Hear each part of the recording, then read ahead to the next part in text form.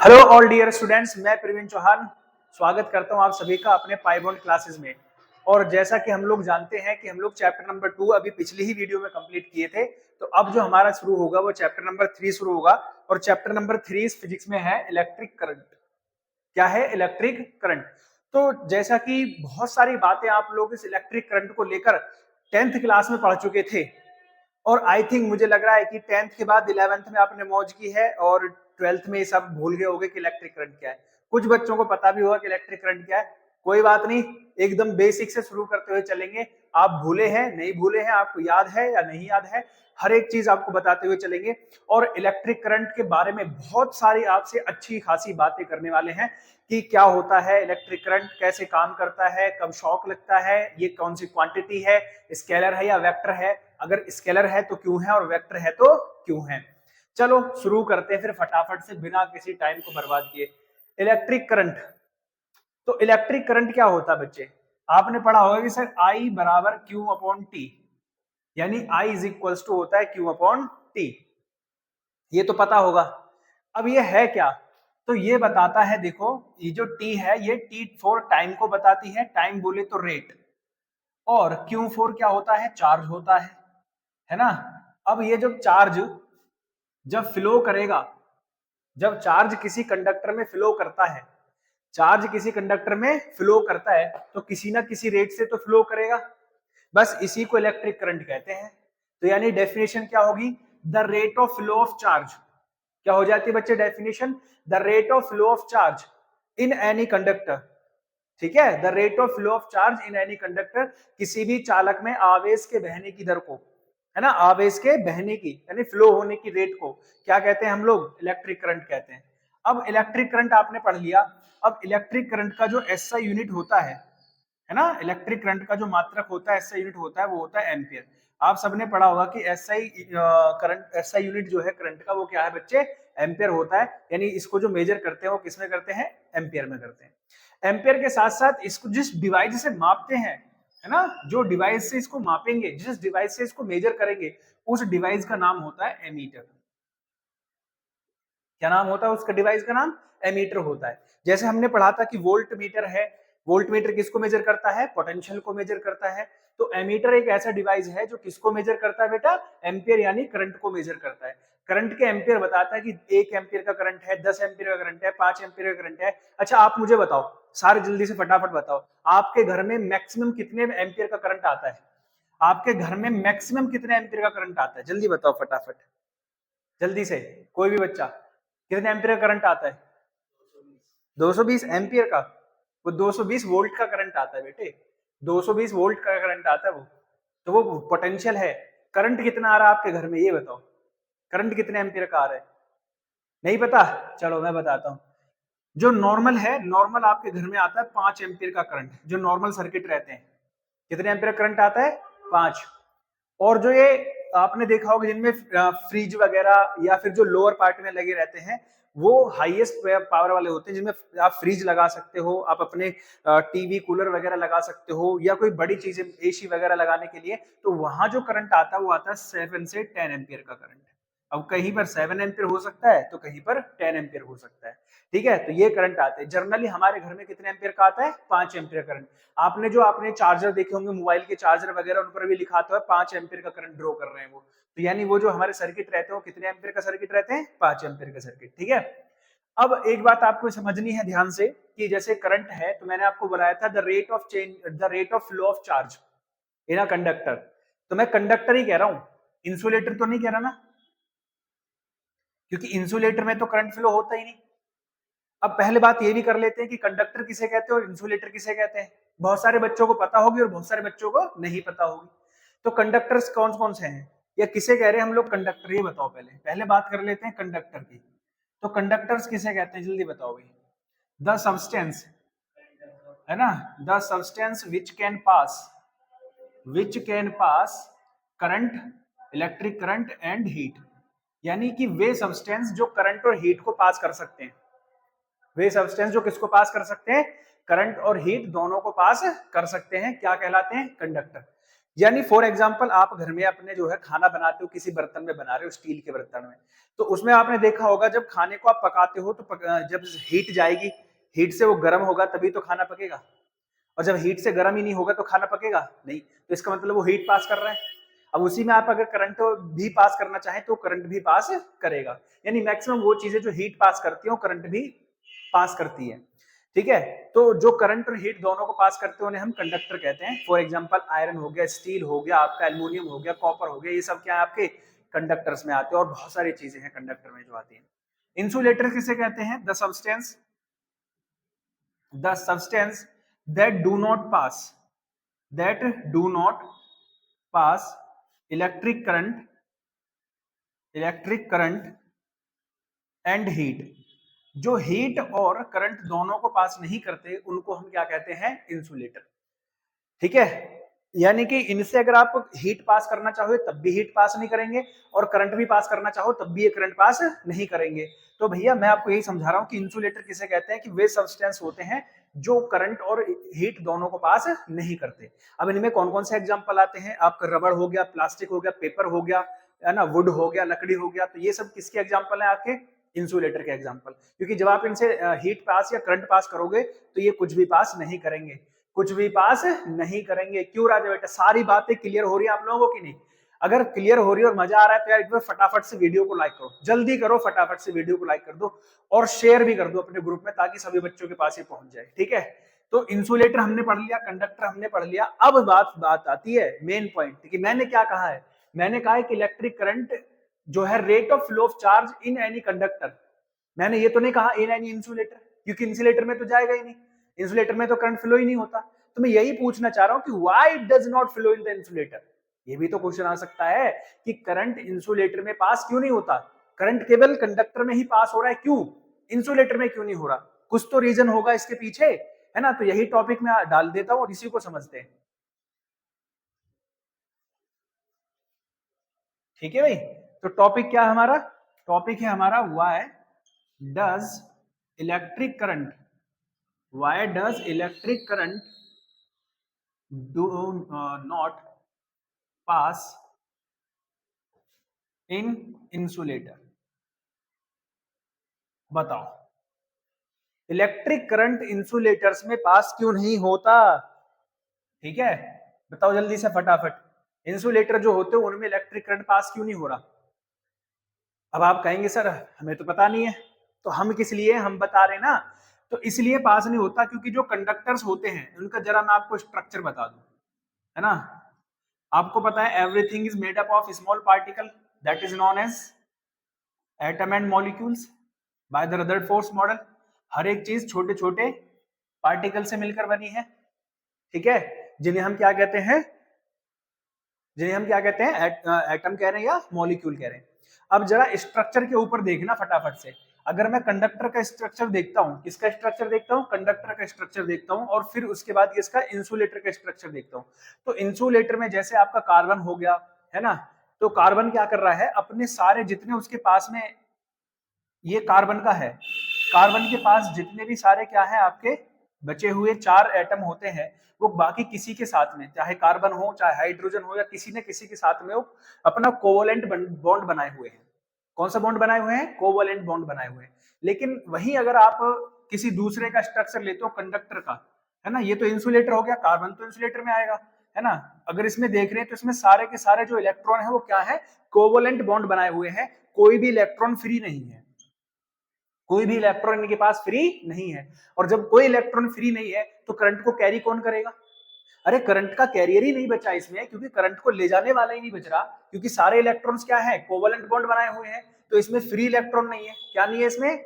Free electrons नहीं है। और जब फ्री इलेक्ट्रॉन्स ही नहीं होंगे तो करंट को लेकर कौन जाएगा? कोई नहीं लेकर जाएगा। ऐसे समझो ना, जैसे मान के चलो आप घर पर है और खेत पर पानी चल रहा है।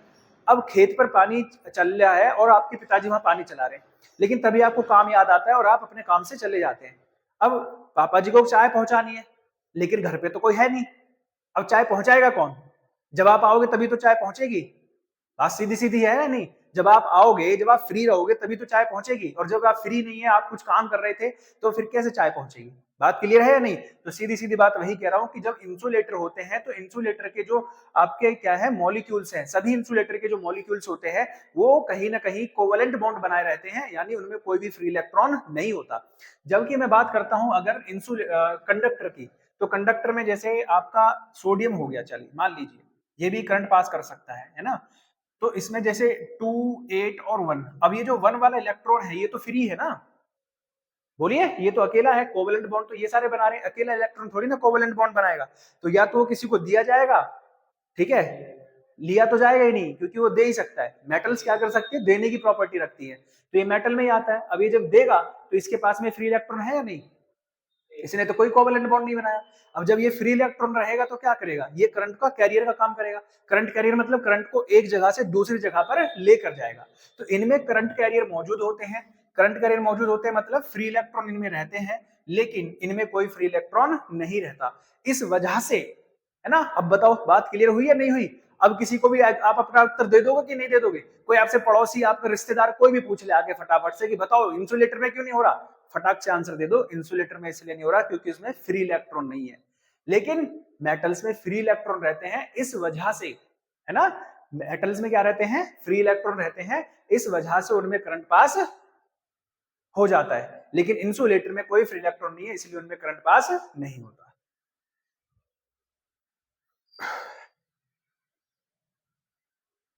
तो आई थिंक आपको सारी बातें क्लियर हो रही होंगी, है ना। मजा आ रहा है पढ़ने में, कोई दिक्कत तो नहीं आ रही। पहले हमने इलेक्ट्रिक करंट की बात कर लिया, इलेक्ट्रिक करंट को किससे मेजर करते हैं वो कर लिया, किस डिवाइस से मेजर करते हैं वो कर लिया, इलेक्ट्रिक करंट केवल इंसुलेटर में क्यों नहीं पास होती ये भी हमने पढ़ लिया, ठीक है। अब हम चलते हैं कि इलेक्ट्रिक करंट कैसी यूनिट है, स्केलर है या वेक्टर है।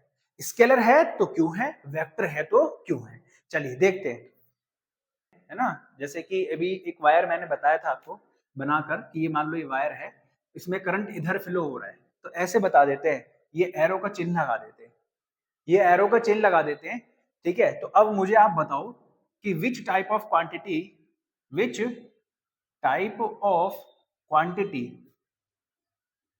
Is current. अब इस चिन्ह को देखकर आप मुझे बताओ कि जो हमारे करंट है वो कैसी क्वांटिटी होनी चाहिए, स्केलर या वेक्टर, बताओ फटाफट से, आंसर चाहिए, जल्दी बताओ कैसी क्वांटिटी होती है। अब आप में से बहुत सारे बच्चे कह रहे होंगे सर ये जो है ये तो एरो का साइन हो गया, एरो का साइन हो गया मतलब डायरेक्शन बता रहा है, डायरेक्शन बता रहा है तो वेक्टर होगी। बट आप यही भूल कर रहे हैं, ये वेक्टर ना होकर कैसी क्वांटिटी होती है, स्केलर क्वांटिटी होती है। तो current is a scalar quantity. अब शॉक लगा होगा कि कैसे, हम तो नहीं मान रहे। तो मानेंगे ना, अभी मानेंगे जब मैं इसका एग्जांपल दूंगा आपको, एक नहीं तीन तीन आपको रीजन देता हूं, और 3 रीजन के बाद आप खुद कहेंगे कि हाँ करंट तो एक स्केलर क्वांटिटी है। बात क्लियर हुई या नहीं हुई? चलो पहले देख लेते हैं, तो पहले यहीं से शुरुआत करते हैं इस एरो के साइन से। The sign of arrow, the sign of arrow यानी जो एरो का चिन्ह है, ठीक है, the sign of arrow shows the direction, shows the direction of positive charge, positive charge, not the current। समझ में आई बात? लो जी, पहला ही मैंने आपको आपका एक तरीका बता दिया कि जो एरो का साइन है ये किसके डायरेक्शन को बताता है, पॉजिटिव चार्ज की डायरेक्शन को बताता है, ये करंट की डायरेक्शन को नहीं बताता। यानी ये चीज बताना चाह रहा है कि इसमें जो करंट है, यानी जो पॉजिटिव चार्ज है वो इधर की तरफ जा रहा है। और एक और खास बात मैं आपको बता दूं, बहुत सारी चीजें नहीं बताते, बहुत सारे टीचर आपको नहीं बताएंगे, एक और बता देता हूं।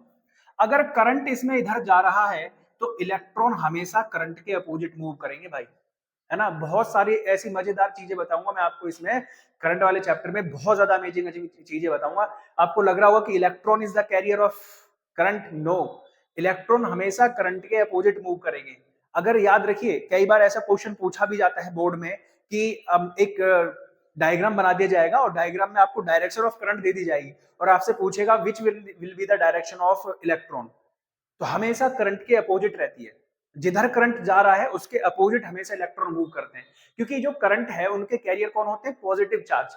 और जब पॉजिटिव चार्ज एक तरफ मूव करेगा तो इलेक्ट्रॉन क्या होगा, अट्रैक्ट होगा, अट्रैक्ट होगा तो वो अपोजिट ही तो जाएगा। भाई जो पॉजिटिव जो करंट का कैरियर है वो कौन है, पॉजिटिव चार्ज है। अब पॉजिटिव चार्ज है तो क्या कर रहा है कि हमेशा इलेक्ट्रॉन उसके क्या जा रहा है, अपोजिट जा रहा है।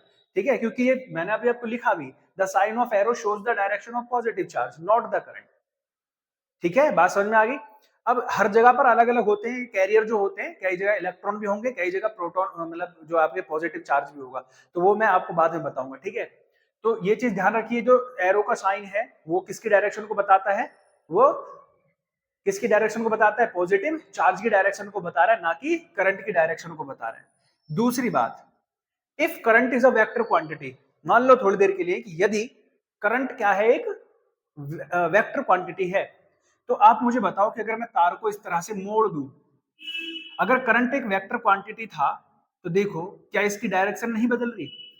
अगर मैंने इसको ऐसे बेंड कर दिया या मैं इसको फोल्ड कर दूं, है ना, फोल्ड करके मैं रख देता हूं या बेंड कर देता हूं, तो अगर मैं इसको फोल्ड कर दूं या बेंड कर दूं, तो मैं बेंड का एक एग्जांपल ले रहा हूं कि मैंने तार को बेंड कर दिया, तो अब आप मुझे बताओ क्या इसकी डायरेक्शन बदल रही है, बोलो हाँ या नहीं।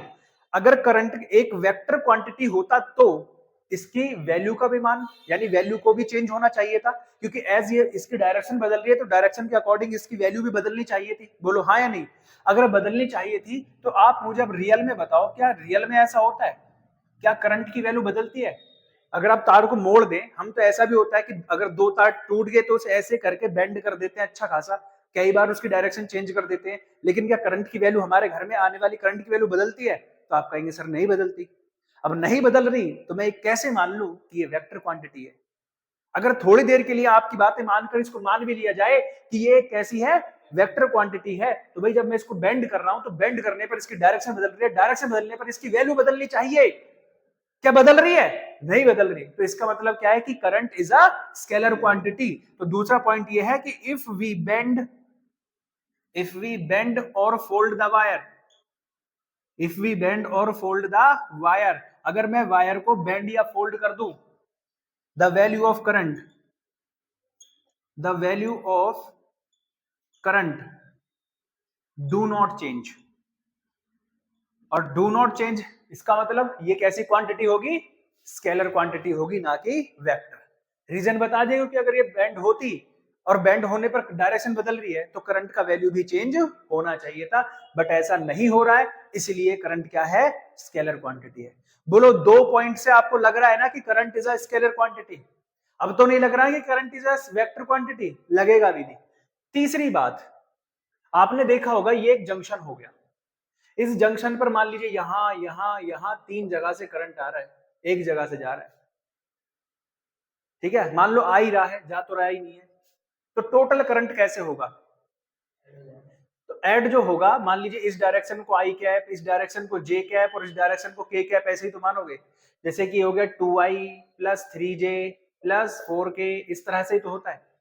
तो वेक्टर एडिशन रूल अलग होता है और एलजेब्रिक एडिशन रूल क्या होता है, अगर मान लीजिए ये वेक्टर क्वांटिटी नहीं होती तो आई जे के थोड़ी लेते, 2 3 और 4 ऐसे ही तो लेते, और 2 3 4 ऐड होकर कितना हो जाता, 4 3 7 और 2 9 एम्पियर हो जाता, बोलो हाँ या नहीं। तो अगर हम ये मान लें कि किसी भी जंक्शन पर जो आने वाला करंट है वो अलग अलग डायरेक्शन से आ रहा है, ठीक है, अब जब अलग अलग डायरेक्शन से आ रहा है तो आपने अपने घर में जैसे अलग अलग डायरेक्शन, या आप ऐसे एग्जांपल ले लीजिए, बाहर एक खंबा लगा है और खंबे पर करंट आ रहा है और खंबे से करंट जा रहा है, तो जो खंबे से करंट जा रहा है वो हर किसी के घर में अलग अलग जा रहा है या एक जैसा ही करंट जा रहा है, 220 वोल्ट का ही जा रहा है, आप कह रहे हो सर अलग तो जा नहीं रहा, 220 वोल्ट का ही करंट जा रहा है। अगर ये करंट, अब सोच कर देखो, अगर ये करंट क्या होती, एक वेक्टर क्वांटिटी होती, तो सभी के घर का डायरेक्शन अलग अलग है, डायरेक्शन अलग है तो आई जे के रूप में करंट को जाना चाहिए था, कहीं 2 एम्पियर, कहीं 3 एम्पियर, कहीं 4 एम्पियर। लेकिन क्या ये वेक्टर एडिशन लॉ को फॉलो कर रहा है, ये तो एलजेब्रिक एडिशन लॉ को फॉलो कर रहा है, यानी किसी भी जंक्शन पे अगर मैं करंट को लेकर आता हूं तो करंट की वैल्यू ऐड हो जा रही है, ऐड होकर मतलब 2 3 5, तो 2 3 5 ऐड करोगे कितना हो गया, 10 हो गया, ठीक है। लेकिन अगर ये वेक्टर क्वांटिटी होता तो 2i plus 3j plus 5k होना चाहिए था, यानी कि करंट का जो एडिशन लॉ है वो वेक्टर एडिशन लॉ को फॉलो नहीं करता, वो किसको करता है, एल्जेब्रिक एडिशन लॉ को फॉलो करता है, इसीलिए current is a scalar quantity. यानी हम लिखेंगे the current does not follow vector addition law. Current किसको फॉलो नहीं करता बेटे? वेक्टर एडिशन लॉ को फॉलो नहीं करता। It follows algebraic addition law. It follows algebraic addition law. Example मैंने आपको दे दिया है कि किसी भी जंक्शन पर अगर हम मान ले अलग अलग डायरेक्शन से करंट आ रहा है तो वो ऐड होकर टोटल 9 एम्पियर हो जाएगा, यानी जितना भी हो वो, है ना, 9 का कोई जरूरी नहीं है। अब अलग अलग करंट आ रहा है वो अपने हिसाब से ऐड होगा, बट वो वेक्टर एडिशन लॉ के अकॉर्डिंग फॉलो नहीं होगा। तो यानी करंट का जो लॉ है वो वेक्टर एडिशन लॉ फॉलो नहीं करता, वो एल्जेब्रिक एडिशन लॉ करता है। और इन तीन बातों से सिद्ध होता है, इन तीन बातों से प्रूव होता है कि current is a scalar quantity not a vector quantity. बोलो बात क्लियर हुई या नहीं हुई? सभी बच्चों को क्लियर हुआ? पहली बात मैंने बताई कि जो एरो का साइन है, जो एरो का साइन है वो किसकी डायरेक्शन को बताता है? पॉजिटिव चार्ज की डायरेक्शन को बताता है। दूसरी बात कि अगर हम तार को बेंड या फोल्ड कर दें तो करंट का वैल्यू चेंज नहीं होता, जबकि चेंज होना चाहिए था अगर वेक्टर क्वांटिटी होता तो इस बात से प्रूव होता है कि ये भी एक क्या है, आपका स्केलर क्वांटिटी है। तीसरा, ये वेक्टर एडिशन लॉ को भी फॉलो नहीं करता। अरे करना चाहिए था भाई, अगर ये वेक्टर क्वांटिटी होता तो वेक्टर की सारी चीजें फॉलो करे ना, नहीं कर रहा। देख रहे तो टोटल करंट ऐड हो जा रहा है जबकि नहीं होना चाहिए था, इसलिए ये क्या है, वेक्टर क्वांटिटी है। इन तीन बातों से पता चलता है कि current is not a vector, current is a scalar. तो बोलो बातें क्लियर हुई सारी कि नहीं हुई? है ना, मजेदार चीज है या नहीं है करंट में, है ना। और बहुत सारी चीजें आपको बताते हैं, और ढेर सारी चीजें आपको बताते हैं, बस 2 मिनट का वेट करो, ये मैं रफ कर देता हूं, है ना। इंटरेस्ट तो आपको आ रहा होगा यार, और अगर इंटरेस्ट आ रहा है, वीडियो अच्छी लग रही है तो लाइक करो और जल्दी फटाफट से ग्रुप में शेयर कर दो। ऐसे ही मजेदार चीजें इसमें आपको पढ़ाता रहूंगा और नए नए टॉपिक्स है ना, इसमें नई नई चीजें आपको बताता रहूंगा, ठीक है। तो अगर हमारा अगला टॉपिक है फ्री मीन पाथ, ठीक है। क्या है? Free mean path. अब ये जो फ्री मीन पाथ होगा वो किसका होगा? इलेक्ट्रॉन का ही तो होगा, है ना। तो free mean path of electron, तो अगला टॉपिक यही है हमारा कि free mean path of electron होता क्या है। अब ध्यान से सुनो, जैसे अभी मैंने आपको पैटर्न समझाया था, है ना, थोड़ा सा मैं इसमें दूर दूर बनाऊंगा इलेक्ट्रॉन्स को, इस तरह से समझ लीजिए। ये इलेक्ट्रॉन है इसमें, क्योंकि हर एक चीज इलेक्ट्रॉन से ही मिलकर बनी है, इलेक्ट्रॉन प्रोटॉन जितनी भी चीजें, इन सब चीजों से मिलकर बनी है। तो अब मुझे बताओ कि जैसे ये इलेक्ट्रॉन है ना, एटम में इलेक्ट्रॉन रहते हैं, ढेर सारे इलेक्ट्रॉन रहते हैं। अब ये जो इलेक्ट्रॉन है ये पहले इससे टकराया, मान लो, इसे क्या पता है कहाँ जा रहा है। जब ये करंट नहीं आ रहा है, तो करंट नहीं आने के पहले आपको पता है कि रदरफोर्ड ने बोला था कि सारे जो इलेक्ट्रॉन है वो कभी भी क्या है, स्टेबल नहीं रहते, वो हमेशा मोशन करते रहते हैं। अब जब ये मोशन कर रहे हैं तो आप मुझे बताइए कि क्या ये एक दूसरे से भी टकरा रहे होंगे, इसकी दीवारों से भी टकरा रहे होंगे? बोलो हाँ या नहीं। तो बिल्कुल ऐसा ही होता है कि जब ये इलेक्ट्रॉन पहले एक इलेक्ट्रॉन से टकराता है, टकराने के तुरंत बाद किसी दूसरे इलेक्ट्रॉन से भी टकराएगा, है ना। तो दो लगातार जो टक्करें हुई हैं, इस टक्कर को चलने में उसने कोई डिस्टेंस कवर की है या नहीं की है? आप कहेंगे हाँ सर की है, डिस्टेंस तो कवर करेगा ही, जब दो टक्करें चलेगा तो डिस्टेंस भी चलेगा। तो बस इसी डिस्टेंस को हम कहते हैं free mean path of electron. बात समझ में आ गई? यानी सीधे सीधे लिख दोगे the distance covered by the electron, covered by the electron between two continuous collision.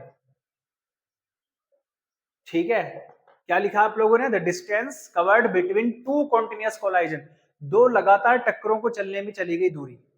ठीक है, बात समझ में आ गई सीधे सीधे कि इलेक्ट्रॉन क्या कर रहा है, जब जिगजैग मोशन करता है तो क्या कर रहा है, वो लगातार पहले एक इलेक्ट्रॉन से टकराया, फिर किसी दूसरे इलेक्ट्रॉन से टकराया, जरूरी नहीं दूसरे इलेक्ट्रॉन से टकराए, किसी दीवार से भी टकरा सकता है, बस दो कॉन्टिन्यूअस कोलाइजन होने चाहिए, उसकी दो लगातार टक्करें होनी चाहिए, किसी ना किसी से होनी चाहिए। तो उस टक्करों में वो कितना डिस्टेंस कवर करता है, that is called the free mean path of electron. और इसको हम म्यू से डिनोट करते हैं। किससे डिनोट करते हैं इसे? म्यू से। ठीक है, फ्री मीन पाथ को म्यू से डिनोट करते हैं। फिर उसके बाद आता है आपका रिलैक्सेशन टाइम, है ना। देखो कितनी बढ़िया बढ़िया बातें हैं। रिलैक्सेशन टाइम, रिलैक्स भी तो होना जरूरी है, अगर रिलैक्स होने के लिए टाइम ही नहीं मिला तो कैसे करेंगे काम, है ना, थक जाएगा शरीर, है ना। तो उसके लिए क्या चाहिए? Relaxation time. अब रिलैक्सेशन टाइम भी बिल्कुल यहीं से संबंधित है भैया, सीधा सीधा इसे it is denoted by tau, tau से डिनोट कर रहे हैं। अब बस यहां लिख दीजिए जहां आपने लिखा ना द डिस्टेंस कवर्ड, अब यहां लिख दीजिए the time taken, the time taken between two continuous collision. अरे जब ये यार टक्करें चल रहा है, जब ये डिस्टेंस कवर कर रहा है तो इस डिस्टेंस को कवर करने में कोई ना कोई तो टाइम लिया होगा, बस इसी टाइम को रिलैक्सेशन टाइम कहते हैं, डिनोटेड बाय टाउ। क्लियर है? यानी the time taken between two continuous collision, दो लगातार टक्करों को चलने में लिया गया समय क्या कहला रहा है? उसका रिलैक्सेशन टाइम होता है। बोलो क्लियर हुई बात या नहीं हुई? फिर आती है इसकी ड्रिफ्ट वेलोसिटी। ड्रिफ्ट वेलोसिटी, और ये ड्रिफ्ट वेलोसिटी ये एक भ्रम है।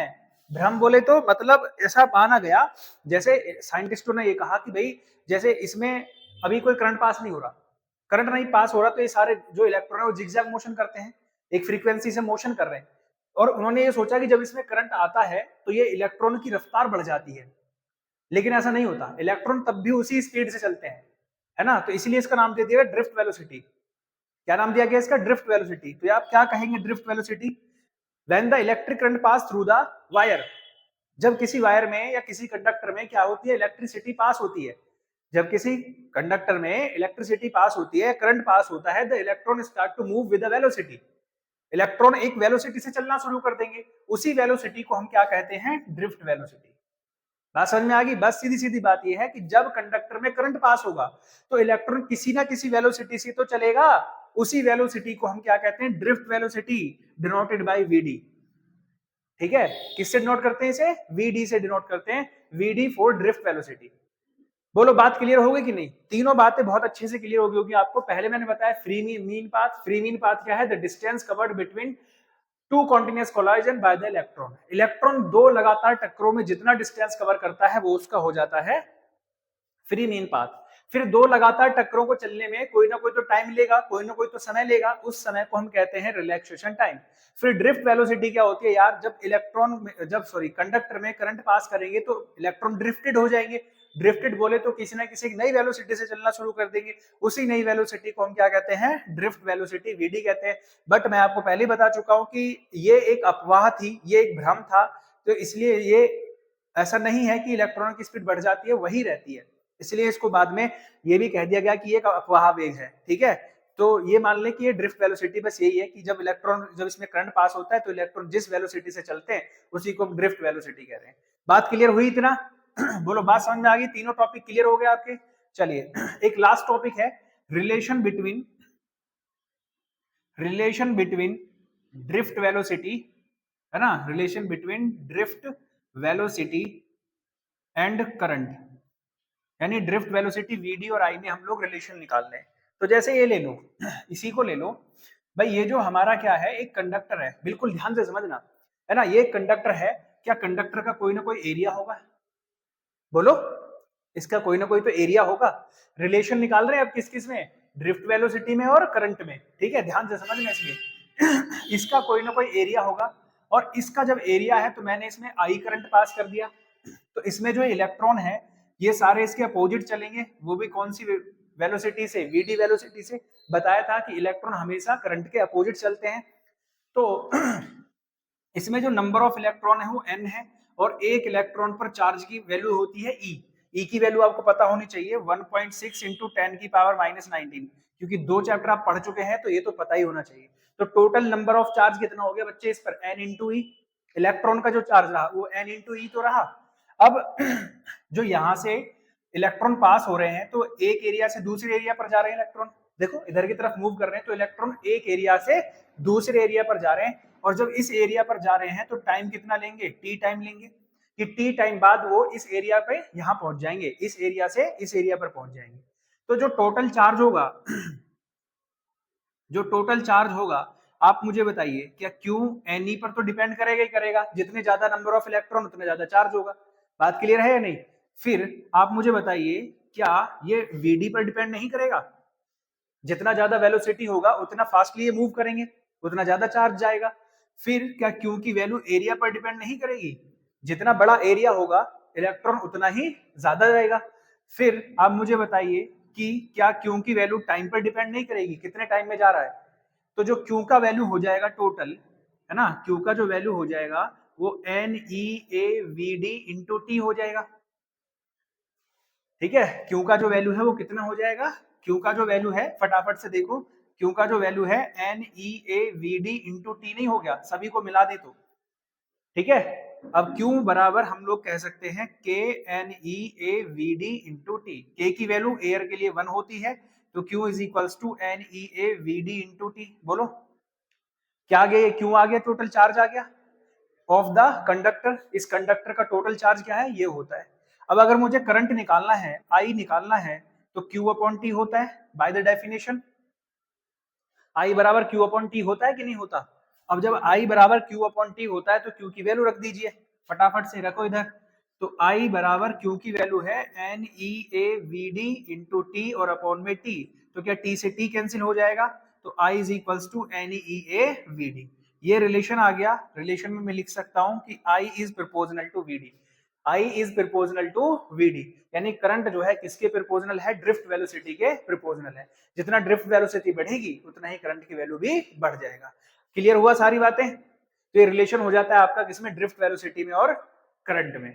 तो आज के लिए बस इतना ही पढ़ाएंगे बच्चे। अगर आपको ये वीडियो अच्छी लगती है, पसंद आती है, तो यार प्लीज प्लीज रिक्वेस्ट है, आप शेयर कीजिए, लाइक कीजिए और चैनल को सब्सक्राइब भी कीजिए। इससे हमें बस मोटिवेशन मिलेगा पढ़ाने का, ठीक है। तो यार सपोर्ट करो, जरूर सपोर्ट करो। मिलेंगे अगली वीडियो में।